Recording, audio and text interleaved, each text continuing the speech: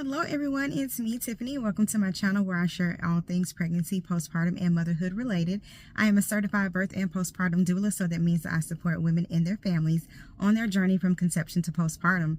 If you have not had a chance yet, please check out my website at www.nurturebytiff.com, where you can check out my doula services, you can check out my childbirth education courses, and you can check out my blogs. So I've been seeing a lot in the media, reading a lot about how hospitals, doctors' offices, and things like that are coercing women, or maybe forcing them, especially Black women, more so into getting unnecessary C-sections. And I wanted to touch base on this a little bit because as a doula, I am there to educate my clients. You do have some clients who prefer to have C-sections, and the reasoning behind it is because, I've had a C-section before, and my provider is like, well, it'll just be best if we go ahead and do another C-section. Or they'll be like, I don't want to feel any pain or anything like that, and so they get to have an elective C-section. And that, your choice, that is absolutely fine. However, if you are a pregnant woman and you decide that you want to go to the hospital and you want to do things on your terms, on your way, you want to do things naturally, I feel like that is your right. I don't feel like, the doctor should come in and say, hey, we're going to do a C-section because you've been pushing for 30 minutes. Okay, and is there a reason I need to? Is there some sort of an emergency? If I continue to push, is my life going to be in danger? Is my child's life going to be in danger? There are so many different reasons why providers are doing this. I think a main thing has to deal with money.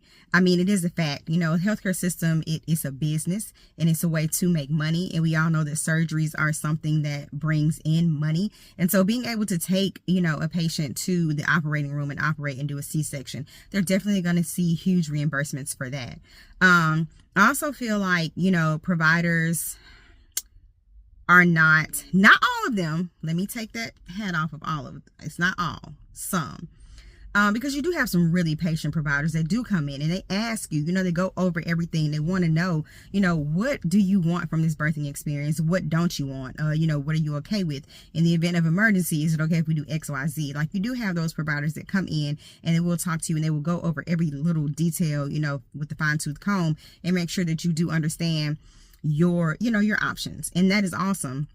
But you also have providers who are not like that at all. They come in and everything is supposed to be on their terms, how they want your pregnancy and birth and labor, to go. And that is horrible.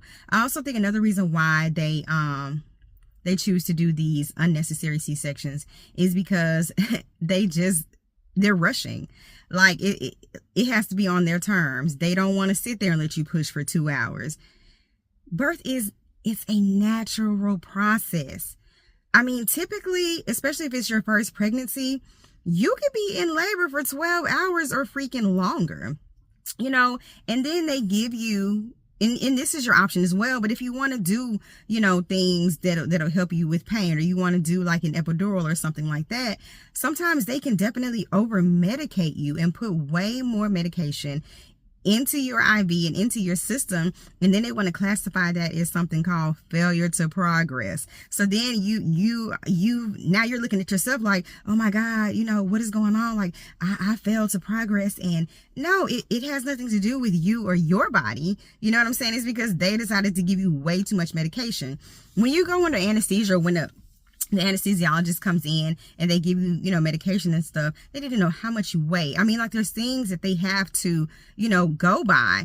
And sometimes they can definitely overdo it. And then, it makes your system shut down and you're not able to process or do things like you would normally be able to do them if the right amount of medication was given or if none was given, and so instead of putting that label on the mom, like, she failed to progress, no, you actually messed up on your part. So now, since you've given her so much medication, either she can't feel to push, and now you have to do these interventions, and you want to recommend, like, C-sections. And again, as long as your baby gets here and your baby is healthy, that's all that matters. However, There are women who want to do these processes naturally.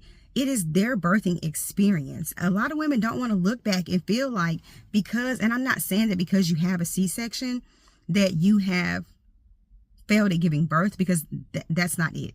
You know, everybody wants their own birthing experience. And if you have a C-section and you're fine with that, that's what matters. But what I am saying is women should not be forced into doing something that they do not want to do, especially when it is not necessary. If there is no medical emergency, if the mother's life is not in danger, if the baby's life is not in danger, this conversation, you coming in because you feel like you got to be somewhere, you got to be at lunch, and I'm tired of being in here while she's pushing.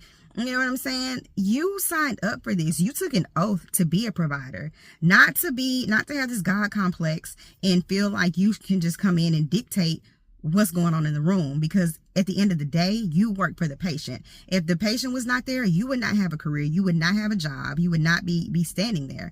So I feel like a lot of people that are in these positions of being, you know, healthcare providers have really, and I also understand that there are rights and things that have been taken away from providers. They have to do what the big wigs up above them tell them that they have to do. They have to get so much money. They have to do so much XYZ. You know, they're not able to really be true doctors like they used to be. But I'm still finding that there are some providers who are still being great healthcare providers outside of what the big wigs and other people around them are telling them to do. They still find a way to make sure that the patient knows that they are cared for. But there are a lot of providers that are no longer doing that. And that is a horrible place to be in. I know so many people just don't even want to go to the hospital. I had a client the other day tell me that she wants to wait as long as possible. Like, she does not trust the healthcare system, like, at all. Especially being a Black woman. She just does not feel safe, you know, going to the hospital. And unfortunately, because, you know, she wasn't able to find the birthing center that she needed to go to, that's her option. You know, it's her only option right now, and I understand that. But I made sure that she knew that I would be there for her. I'm going to help her advocate, and we're going to make it through this.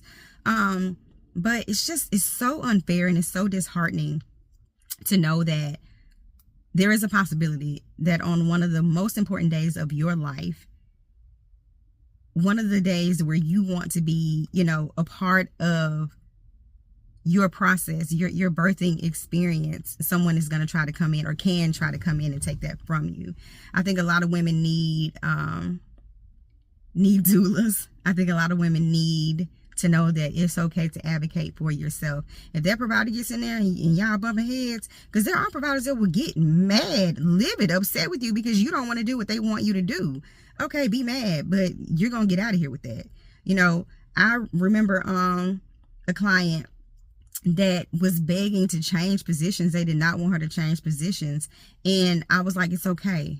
We're gonna get on all fours. Baby came right out. She was not able to labor on her back. I mean, like, it's just, it's so crazy, the control that people try to have, you know, instead of allowing women to do what their bodies are naturally made to do, no matter how long it may take, no matter how, you know, you feel like it's an inconvenience to you. Let women do what their bodies were naturally made to do.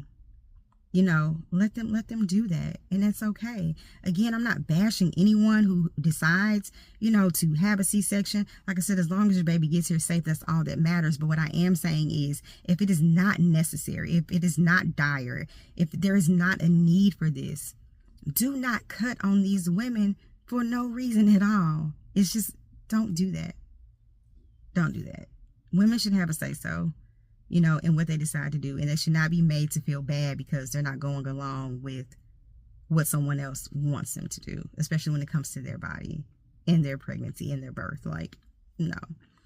But anyway, I just want to get on here and talk about that really quickly. Are there any people out there that were forced to have, you know, a C-section or talked into having a C-section that felt like they really did not need it, like there was nothing really pressing or going on in, you know, in a way that they really needed to have that done? I would love to hear what you have to say. Always thank you so much for watching, and I'll catch you on the next one.